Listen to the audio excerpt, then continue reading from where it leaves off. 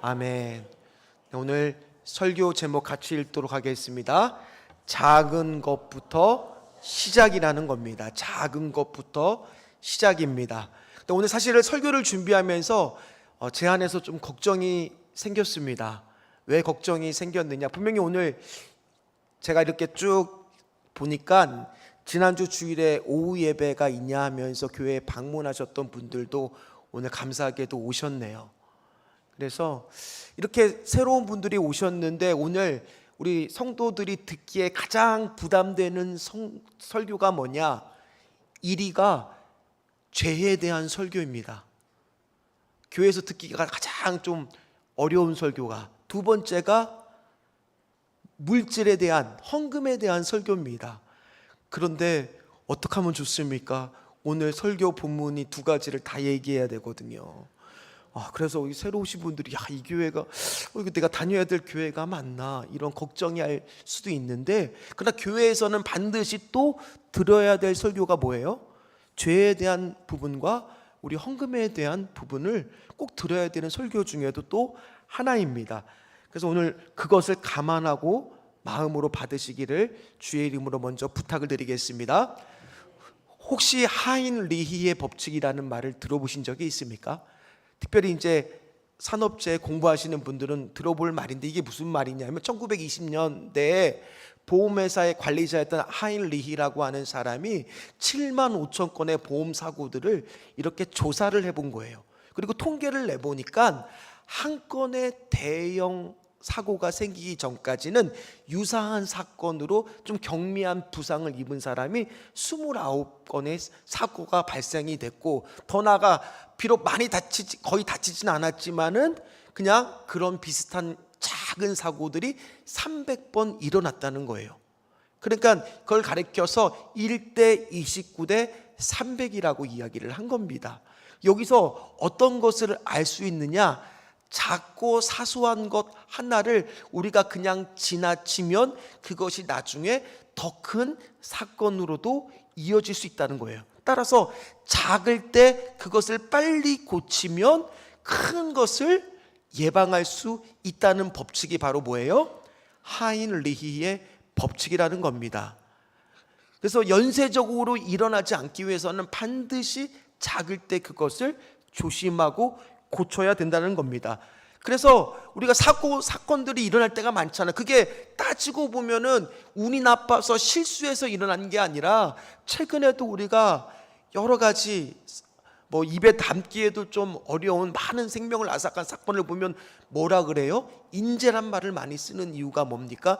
그런 그 전에 있었던 조심스했어야 될 작은 징후들이 지나쳤더니만 이렇게 큰 사건으로 벌어졌다는 것을 우리에게 인사이트로, 이렇게 시사점으로 주고 있다는 겁니다. 벌써 오늘 설교를 시작하니까 배경음악이 깔리기 시작했어요. 아마 날씨가 많이 이제 비가 오고, 그런데도 오늘 예배 자리에 나온 우리 귀한 성도님들을 먼저 주의 이름으로 축복합니다. 우리 신앙생활 가운데에서도 이 하인리히의 법칙이 적용될 수가 있습니다. 뭐냐면, 우리가 무시하고 넘어가면 작은 죄조차도 그냥 넘어갔을 때 그것이 나중에 어떻게 되는 거예요? 더 큰 죄로 발전할 수도 있게 되다는 거예요. 그래서 죄가 장성한 즉 나중에 욕심이 잉태한 즉 죄를 낳고, 죄가 장성한 즉 뭐가 되는 거예요? 사망을 낳는 게 일종의 하인리히 법칙의 신앙적인 이해가 될 수도 있는 거죠. 오늘 사건의 시작은 이렇게 시작됩니다. 먼저 초대교회가 120명의 마가의 다락방에서 모여서 기도하기 시작했어요. 그리고 오순절날 성령의 사건이 일어났더니만 방언을 하고 놀라운 일이 일어나는 것은 3,000명이나 회개하고 돌아왔습니다. 그리고 사도행전 3장의 말씀을 보면 미문에 앉은 지체 장애인이 있었는데 응가금 나없어도 나사렛 예수의 이름으로 베드로와 요한이 일어나라고 했더니 그 사람이 어떻게 됐어요? 일어나서 한 일이 이 미문을 통과해서 성전 안에 들어가서 뛰면서 하나님을 찬양했습니다. 그러면서 사람들한테 간증하면서 하나님은 살아계시고 우리 예수님은 살아계심을 증거하는 사람이 됐더니만, 이때 베드로가 설교했더니 또 몇 명이 돌아왔느냐? 5천 명이 회개하고 돌아왔습니다. 그러니까 초대교회가 갑자기 사람이 성장한 거예요. 그러니까 오늘 우리도 끝나고 나면 뭐를 먹어요? 국수를 또 먹을 거잖아요. 근데 국수 양이 점점 늘어나고 있어요. 그것처럼 사람들이 모이면은 밥도 줘야죠. 또 잠도 잔다 그러면 뭐 들어가죠. 뭐가 필요해요?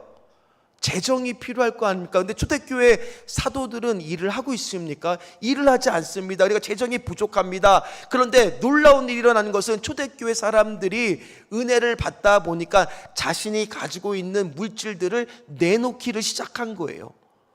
그래서 오히려 부족한 것이 아니라 그 사람들을 다 먹이고도 남을 만큼 재정들이 차기 시작하는 이상적인 교회의 모습들이 시작되고 있었습니다. 그 중에서 특별히 한 사람의 눈에 띄는 사람이 있었는데 그게 사도행전 4장 36절에서 37절 말씀에 소개가 되고 있습니다. 우리 같이 읽도록 하겠습니다.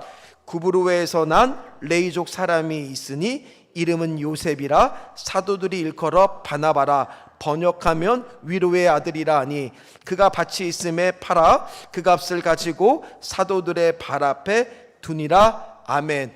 원래 이름은 뭐라고요? 요셉인데 그 사람을 요셉이라고 안 부르고 뭐라고 불러요? 바나바라고 불러요. 왜 바나바라고 부르냐? 바나바 이름이 뜻이 뭐라고 성경에 나오냐 하면 위로의 아들. 그러니까 위로를 잘하는 사람, 권면을 잘하는 사람이라는 뜻이에요. 우리도 그런 사람 있잖아요. 내가 좀 힘들 때, 이렇게 힘들어 보이는 것을 했을 때 전화가 와요. 아유, 요즘 힘들어 보이는데 밥 한번 먹자. 그러신 분이 주변에 있죠. 인생을 어떻게 사셨는지 우리는 알 수가 없지만은 분명히 있을 겁니다. 예.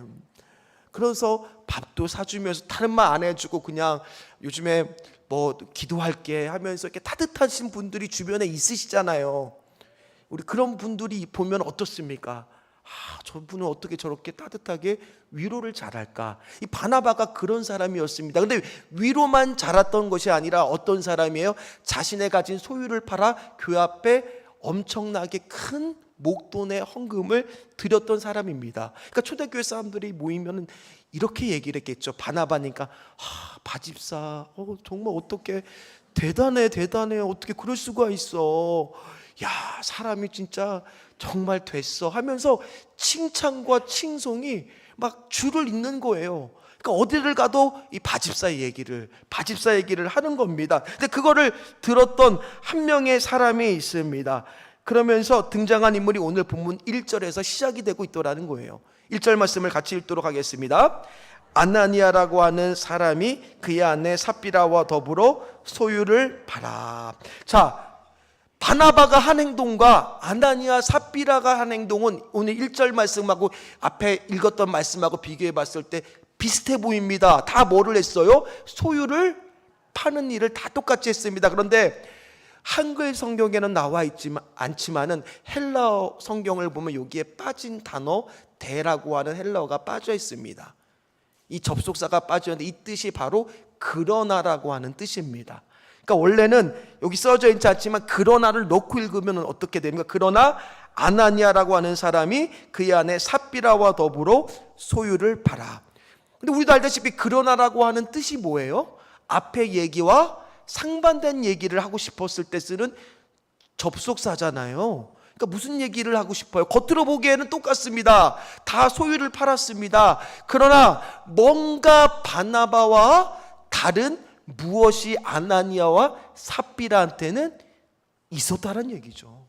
뭔지는 모르겠지만 있었다는 얘기죠. 아마도 이렇게 했을 거예요. 야, 바집사가 얼마를 바쳤는데 야, 우리 땅이 더 많아. 우린 요거 평당 얼마 더 쳐줘서 팔면 우리가 바집사네보다 조금이라도 헌금 더 많이 하면 사람들이 우리를 칭찬할 거야. 이런 생각을 아마도 아나니아와 삽비라 가정은 했을지도 모릅니다. 사실 아나니아와 삽비라도 대단한 겁니다. 왜냐하면 땅을 팔고 집을 팔아 교회에다가 헌금을 한다는 것은 예나 지금이나 쉽습니까? 어렵습니까? 어려워요? 쉽습니까? 쉽습니까? 이거 안 속네요. 아멘 할 줄 알았는데. 어려운 일이죠.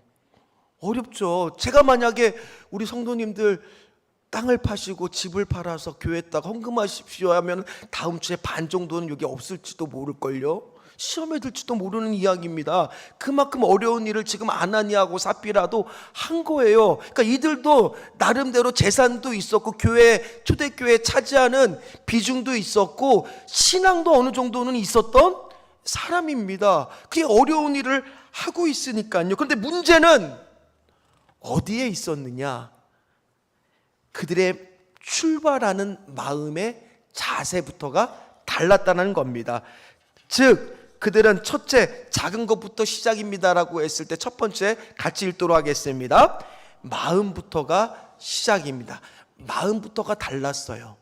바나바와 동기와 목적이 달랐어요. 바나바는 사람들한테 칭찬받을 것을 생각한 것이 아니라 그냥 하나님 바라보고 드렸다라고 하면 지금 아나니아와 삽비라의 동기와 목적은 뭐예요? 하나님을 어떻게 하느냐가 아니라 사람들이 나한테 무슨 말을 할까? 그거에 대해서 지금 관심을 비우다 보니까 하나님이 보이지 않게 되는 겁니다. 그걸 어떻게 알 수 있느냐? 2절의 표현에 보면 또 나옵니다. 우리 2절 말씀을 같이 읽도록 하겠습니다. 그 값에 얼마를 감춤에 그 아내도 알더라. 얼마만 가져다가 사도들의 발 앞에 두니. 오늘 어떤 단어가 이 안에 쓰이느냐 하면 감추었다라고 하는 단어가 쓰이고 있습니다. 그런데 이 감추었다고 하는 단어의 원어의 뜻은 뭐냐면 남의 것을 훔쳤다라는 뜻이에요. 횡령했다라는 뜻이에요. 그럼 궁금해야죠. 지금 분명히 아나니아하고 삽비라는 누구 거를 훔쳐서 내는 게 아니라 자기 재산을 분명히 팔아서 하나님께 드린 거 아니에요. 그럼에도 불구하고 오늘 성경은 어떻게 표현해요? 자기 물건, 자기 집과 땅을 팔아서 낸 건데 하나님 것을 횡령하고 훔쳤다라는 표현을 쓰고 있다라는 얘기예요. 아니 어떻게 이런 표현을 쓸 수가 있습니까? 특별히 오늘 똑같은 표현이 어디에 나오느냐? 여호수아 7장 21절에도 이 단어가 똑같이 쓰이고 있습니다. 같이 읽도록 하겠습니다. 내가 노력한 물건 중에 시날산의 아름다운 외투 한 벌과 은 200세겔과 그 무게가 50세겔 되는 금덩이 하나를 보고 탐내어 가져갔나이다. 보소서 이제 그 물건들을 내 장막 가운데 땅 속에 감추었는데 은은 그 밑에 있나이다 하더라. 여기에도 뭐가 있어요? 감추었다라고 하는 표현이 나오잖아요. 이게 무슨 사건인지 우리 여호수아 말씀을 들은 분들은 다 기억하실 거예요. 분명히 하나님은 여리고를 점령했을 때 거기에 있는 모든 물건들을 취하지 말라라고 명령을 했는데 아간이 어떻게 했어요? 야, 내가 이렇게 고생했는데 요거 하나 정도는 모르겠지 아무도. 그래서 딱 보니까 기억나죠? 시날산의 아름다운 외투. 뭐라고 했죠? 시날산의 아름다운 외투. 야, 요거 하나 정도는 내가 슬쩍해도 모를 거야. 내가 고생했으니까 보상 심리 가운데 싹 가져갔는데 하나님은 그거를 뭐라고 표현했어요? 하나님 것을 훔쳤다, 횡령했다라고 오늘 말씀하고 있더라는 거예요. 이 똑같은 표현을 지금 오늘 아나니아하고 삽비라 가정의 헌신한 부분에 대해서도 쓰고 있는 거예요. 왜냐? 그들 마음 안에 동기와 목적이 하나님께 바치는 것이 아니라 누구를 보고? 사람들의 칭찬과 인정을 보고 바쳤기 때문에 그들의 시작부터가 지금 잘못되었다라고 말하고 있는 겁니다. 우리도 그렇습니다. 저도 설교를 마친 후에 어떤 이야기를 들을 때 솔직히 인간적으로 기분이 좋으냐? 목사님, 오늘 설교를 이렇게 공부를 많이 하시고 준비를 많이 하셨어요. 야, 대단하세요 목사님. 이런 얘기를 저도 듣고 싶습니다. 그러나 이 얘기를 듣는 순간 누가 그 설교의 영광을 가져가는 거예요? 하나님 거를 훔쳐가는 거예요?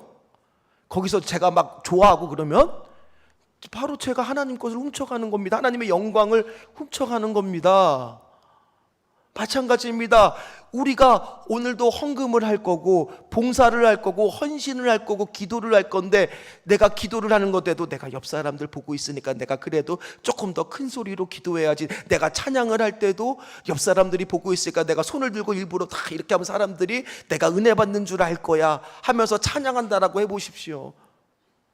내가 헌금을 할 때도 일부러 5만 원짜리가 다 펴서 그냥 자 5만 원짜리다, 수표다 탁 낸다라고 가정해 보시죠. 그 안에 똑같이 어떤 마음이 있는 거예요? 하나님, 내 것을 드리는 것 같지만 하나님 것을 가로채고 있는 것 같은 표현을 오늘 성경은 쓰고 있다라는 거예요.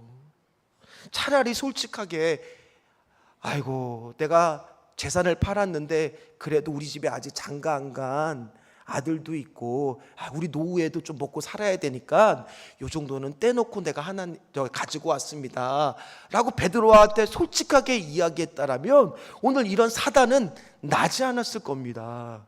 근데 그들은 솔직하게 이야기보다는 내가 요거를 속이고 드렸을 때 사람들이 전부 다 드린 것처럼 나를 인정한다면, 나의 대단한 믿음을 칭송한다면 얼마나 내가 좋을까.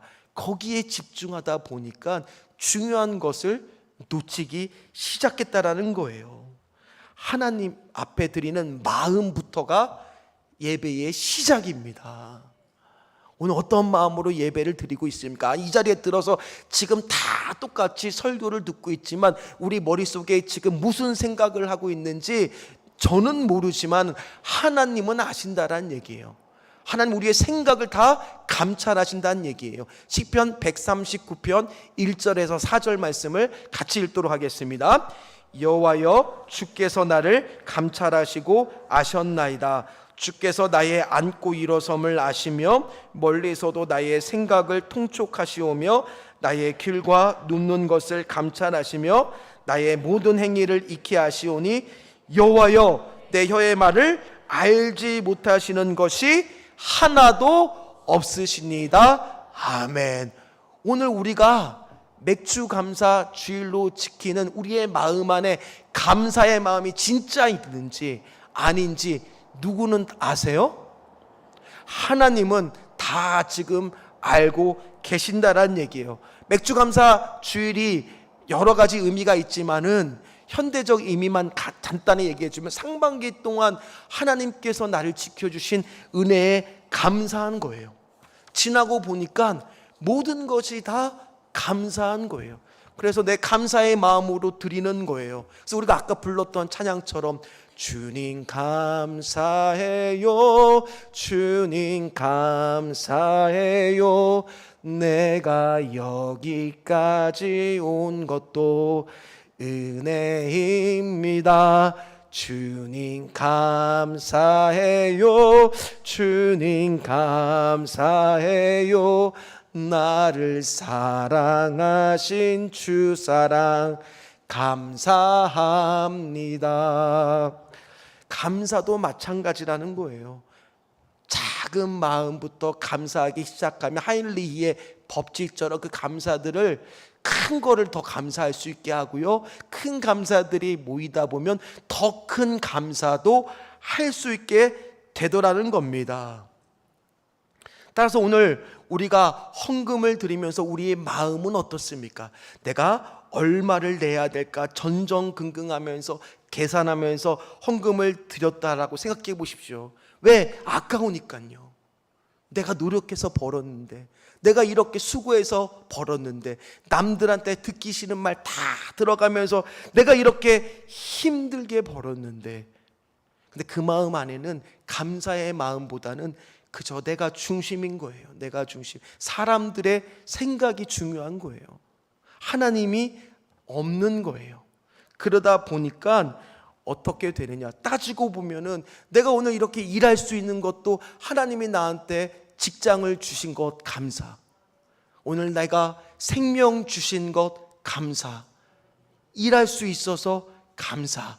따지기 시작하면 작은 감사들이 얼마나 넘쳐나는지 모른다라는 얘기예요. 근데 많은 성도들이 그렇지 못할 때가 있습니다. 제가 부교육자 시절에 저한테 성도들이 헌금에 대해서 물어봅니다. 목사님, 11조를 드리려고 하는데 세금 전후 11조가 맞습니까? 세후 11조가 맞습니까? 주여, 성경에 이게 딱 나왔으면 좋겠지만 안 나와 있잖아요. 그래서 뭐라고 했을까요? 제가 마음부터 11조입니다 그랬습니다. 또 묻습니다. 제가 이 11조를 교회에다가 안 내고 어느 선교사님을 돕고 있는데 괜찮은 거 아닙니까? 그래서 제가 이랬습니다. 그렇게 하십시오. 대신에 10의 2조 드리면 안 되십니까? 10의 1조는 작은 교회에다가 거기 보내서 선교사님 도우십시오. 그러나 10의 1조는 본교회 섬기는 교회에도 내십시오. 왜냐하면 그 11조가 여러 가지 의미가 있지만 본교회에서도 또 여러 가지 사용될 것들이 많이 있습니다. 그렇게 말씀을 또 드렸습니다. 또 어떤 분은 이야기를 합니다. 저는 남편한테 돈을 다 쓰기 때문에 11조를 드릴 형편이 못 됩니다. 얘기했습니다. 그러면 10,000원부터 시작해 보십시오. 그러면서 하나님께서 은혜 주셔서 물질을 더 채워주시면 조금씩 준비되면 그 액수를 늘려가 보십시오. 그러면 물질의 축복도 함께 오게 될 줄 믿습니다. 그렇게 말씀을 드렸습니다. 중요한 것은 뭐예요? 과부의 두렙돈에 하나님은 물질의 양을 칭찬하는 것이 아니라 그 과부가 없는 중에 드렸던 그 마음의 시작부터를 받으셨던 거예요. 그리고 부자 청년은 왜 문제가 됐습니까? 가진 재물을 다 팔아 나를 따라오라고 했을 때 제자들은 그래도 그물을 버리고 형제를 버리고 사명 감당 위해서 예수님을 따랐는데 그 부자 청년은 근심하여 돌아갔다는 것이잖아요. 뭐예요? 마음부터가 시작이라는 거예요. 만약에 이 가운데 아직 준비가 안 되신 분들도 있을 수 있습니다. 그러면 억지로 할 거 없습니다. 사람들이 보니까 내가 해야 되는 거 아닌가? 이게 헌금 문제만 이야기되는 게 아니에요. 기도도 그렇고요, 찬양도 그렇고, 전도도 그렇고, 봉사도 그렇습니다. 먼저 해야 될 거는 뭐예요? 마음의 시작이에요. 하나님, 내가 봉사하고 싶은데 아직 준비가 안 되었습니다. 그러면 어떻게 해야 돼요? 준비될 수 있도록 하나님 나에게 믿음을 주시옵시고 은혜를 더하여 주시옵소서. 그리고 성령의 음성이 들리는 순간 순종하시면 되는 거예요. 11조도 마찬가지. 아직 준비가 안 됐다면 기도하는 거예요. 하나님, 우리 가정이 아직은 이렇게 믿음의 준비가 안 돼 있습니다. 그럼 다른 사람 내는 사람 볼 것도 없고 안 내는 사람 비판할 것도 없이 준비하는 마음으로 내가 기도하면서 예비하시면 되는 거예요. 그러다가 하나님께서 마음 주시면 그때 내가 전심으로 드렸을 때 그거 하나님이 받으시죠. 하나님은 뭐를 받으시는 분이에요? 마음을 받으시잖아요. 그래서 성경에는 마음의 할례를 받으라라고 말씀하고 있는 거 아닙니까? 기도도 마찬가지. 옆 사람이 기도하니까 내가 그래도 기도는 많이 한다는 얘기는 들어야 되니까 그저 눈 감고 계속 오래 있는 게 능사가 아니라는 거예요. 준비되기까지 더 기도하시고 그렇게 은혜 받으시고 그렇게 하시기를 주의 이름으로 축원합니다. 두 번째입니다. 작은 것의 시작인데 그 시작은 또 어디서부터 시작이 되어야 되느냐? 사람과의 관계가 아니라 같이 읽도록 하겠습니다. 하나님과의 관계부터 시작입니다. 죄는요, 어떤 특성이 있느냐? 우리로 하여금 하나님으로부터 점점 멀어지게 만드는 특성이 있습니다. 반대로 은혜 받으면, 성령 충만하면 내가 점점 누구한테 가고 싶어요? 하나님과 가깝게 가고 싶습니다. 그래서 오늘 이 문제에 대해서 베드로는 어떻게 표현하고 있느냐? 3절처럼 표현하고 있다는 거예요. 아니, 이 문제를 이렇게까지 표현하고 있어요. 같이 말씀을 읽도록 하겠습니다. 베드로가 이르되 아나니아야, 어찌하여 사탄이 내 마음에 가득하여 내가 성령을 속이고 땅값 얼마를 감추었느냐? 아니, 지금 헌금 안 한다는 거 아니잖아요. 헌신한다고요. 그런데 오늘 베드로가 뭐라고 말씀을 하고 있어요? 어찌하여 사단이 내 마음에 가득하여. 이 표현의 원어의 직역적 표현은 이런 표현입니다. 너는 어찌하여 사탄이 네 마음을 점령하도록, 장악하도록 허락하였느냐, 이 뜻이에요. 그러니까 뭐예요? 내 안에 있던 생각과 마음이 시작이, 동기와 목적이 잘못돼 있었다는 거예요. 욕심과 인정받고 싶어 했던 그런 것들을 사단이 이용하다 보니까 사단이 그 마음 속에서 확 들어와서 야, 너 이거 다 바쳤다라고 얘기하면 사람들이 더 좋아하고 칭찬할 텐데 뭐하러 그거를 살짝 속이기만 해도 베드로와 요한이 어떻게 알겠어? 야, 이렇게 거짓말하면 사람들이 더 좋아할 거야. 그렇게 그 마음이 장악하도록 두었기 때문에 아나니아 삽비라가 그렇게 죄를 범하게 됐던 거예요. 그래서 성령이 속이는 죄를 빠지게 된 건 그 작은 욕심과 그 작은 거짓말부터 시작이 되었다는 겁니다. 그래서 베드로는 성령 충만하다 보니까 그 아나니아 삽비라의 죄악을 보게 됩니다. 4절 말씀입니다. 같이 읽도록 하겠습니다. 마음 있을 때에는 내 땅이 아니며 판 후에도 내 마음대로 할 수가 없더냐. 어찌하여 이 일을 내 마음에 두었느냐. 사람에게 거짓말하는 것이 아니요 하나님께 거짓말을 한 거다라고 말씀하고 있다라는 거예요. 그 당시에 초대교회는 아무도 아나니아 삽비라에게 억지로 헌신하라고 헌금하라고 강요하지 않았습니다. 그 당시에는 누구나 다 자원하는 마음으로 은혜 받은 만큼 하나님 앞에 드렸던 것입니다. 그런데 아나니아 삽비라는 사람한테 인정받고 싶다라는 그 마음 속에서 이런 악한 생각으로 이 일을 계획했던 겁니다. 초대교회는 지금 엄청나게 부흥하고 있습니다. 방언이 터지고 사람들이 성경 공부를 시작하고 기도하기도 하고 기적도 막 보고 구제하는 일들도 일어나고 정말 이상적인 교회의 모습을 보이고 있을 때 이 작은 죄 하나가 만약 용납이 되었다라고 가정해 보십시오. 하인리히의 법칙처럼 연쇄적으로 그 사건들이 일어나면서 나중에 초대교회가 무너지는 일도 생길지 모른다라는 거예요. 그래서 하나님은 오늘 베드로를 통해서 이 아나니아와 삽비라 가정을 이 교회의 성결성을 위해서 엄밀한 처단을 내렸던 겁니다. 우리도 마찬가지입니다. 지금 신앙의 뜨거움들이 회복되고 있습니다. 우리 신전주 교회가 지금 많이 예배 분위기가 점점 회복되고 뜨거워지고 있습니다. 우리 성도들이 은혜를 많이 고백하고 있습니다. 그럼 이럴 때 조심해야 될 것은 뭐예요? 우리 안에 작은 죄라도 작은 틈이라도 보이기 시작하면 오늘 우리 안에도 무슨 사건이 일어날 수 있는 거예요? 아나니아와 삽비라처럼 그런 욕심이 들어와지기 시작할 수 있다는 거예요. 따라서 은혜 받고 있습니까? 은혜 받고 있습니까? 그럴 때에도 성령의 소욕을 따라 성령의 뜻에 따라 성령의 음성에 따라만 따라가십시오. 그래야 된다는 겁니다. 그런데 오늘 아나니아는 결국 성령의 음성이 아니라 자신의 욕심을 따라 사단의 음성을 따라 쫓아가다 보니까 6절처럼 일이 벌어지고 만 겁니다. 5절 말씀입니다. 5절처럼 일이 벌어지고 만 겁니다. 5절 말씀을 함께 읽도록 하겠습니다. 아나니아가 이 말을 듣고 엎드려져 혼이 떠나니 이 일을 듣는 사람이 다 크게 두려워하더라. 아멘. 사람들은 왜 두려워할 수밖에 없느냐? 보이지 않는 실제가 있구나. 하나님은 살아계시구나. 성령님은 역사하는구나를 보게 되니까 두려운 거예요. 우리가 성령을 속이고 성령을 근심하게 되면 이렇게 되는 것을 보게 되니까 두려워지기 시작했습니다. 그 후에 아나니아가 그렇게 죽고 난 후에 3시간이 지나고 그의 안에 삽비라는 아무것도 모른 채 들어옵니다. 안타까운 마음에 베드로는 그것을 지적하는 게 아니라 회개하는 마음으로 단도직입적으로 삽비라한테 물어봅니다. 8절 말씀입니다. 우리 8절 말씀을 같이 읽도록 하겠습니다.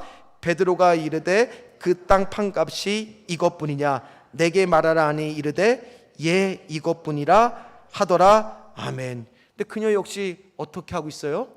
똑같이 거짓말을 하더라는 거예요. 심지어 2절에 보면 그 여자도 알더라라는 표현이 있어요. 그러니까 사전에 이미 두 부부는 하나가 돼서 지금 이 사건을 공모했다라는 거예요. 계획했다는 겁니다. 죄가 이렇게 누군가를 오염시키는 특징이 있어요. 그래서 초대교회 이 작은 죄를 그냥 두면은 오염돼서 연쇄적으로 더 큰 죄들이 발생할까 봐 마치 하인리히의 법칙처럼 하나님은 그것을 사소한 것부터 정리를 하셨던 거라는 겁니다.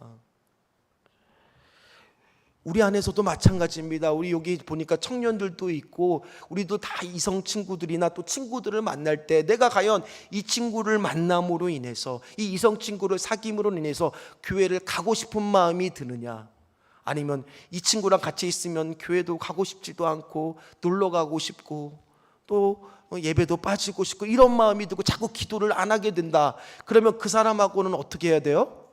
가깝게 지내야 돼요? 멀어져야 돼요? 멀어져야 되는 거예요. 반대로 겉보기에는 정말 믿음 것 같지 않게 생겼는데 같이 지내다 보니까 이 사람 때문에 더 기도하게 되고 이 사람 때문에 더 주님과 가까워지는 것 같으면 이 사람은 어떻게 해야 돼요? 가깝게 지내야 되는 거예요.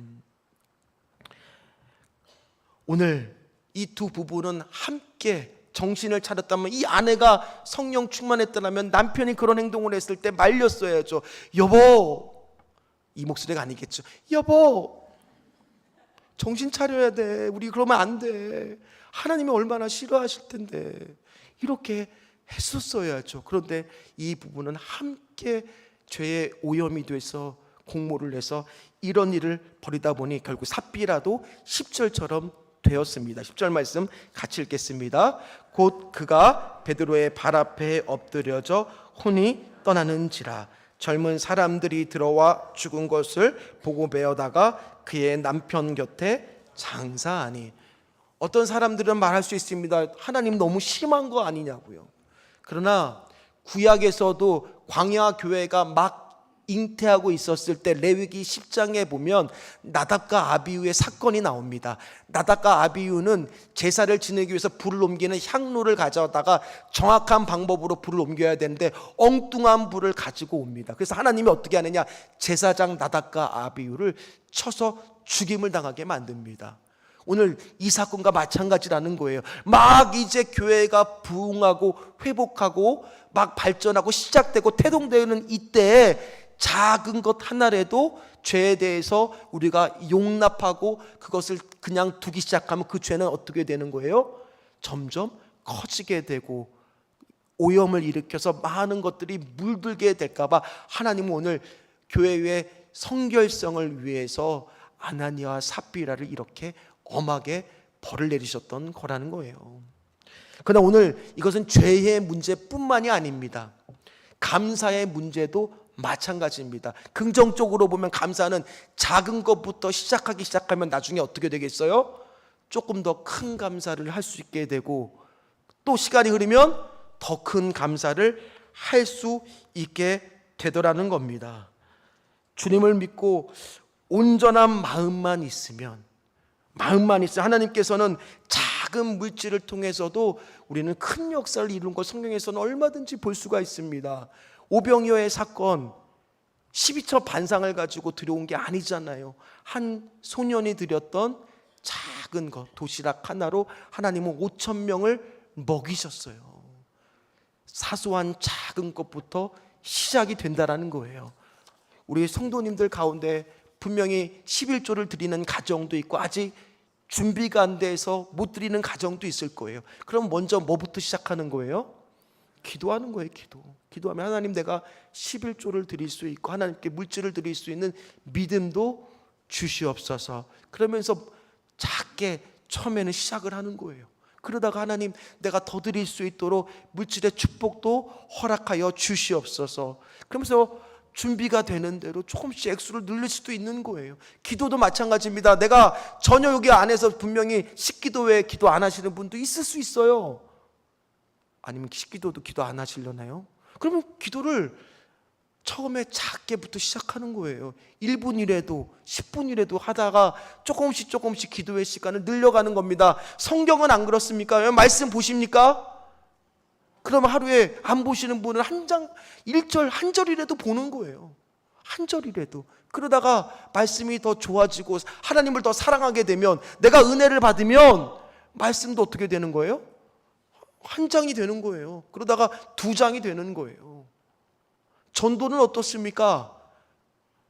내가 정말 하나님을 사랑하고 은혜를 받기 시작하면 내가 나도 모르게 오늘 일주일에 한 번이라도 예배에 대한 것들, 전도에 대한 내용을 주변 사람들한테 카톡으로 링크를 보낸다든지 시작을 하는 거예요. 중요한 건 뭐예요? 작은 것부터 뭐라고요?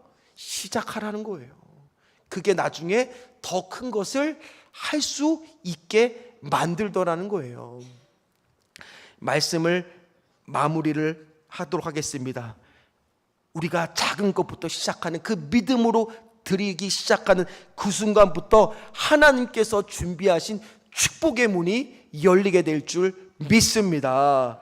감사도요, 작은 것부터 시작하는 거예요. 한 번에 큰 거 할 수 없습니다.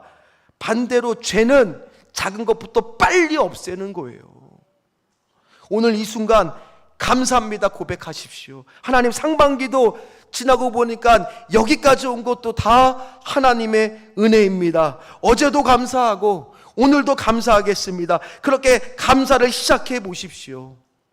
큰 변화의 역사가 우리 가정에서, 우리의 삶 속에서, 일터에서 큰 역사로 나중에 발전되고 이루어지게 될 줄 믿습니다. 오늘 하루도 감사하는 저와 우리 귀한 성도님들 되시기를 주의 이름으로 축원합니다. 우리 같이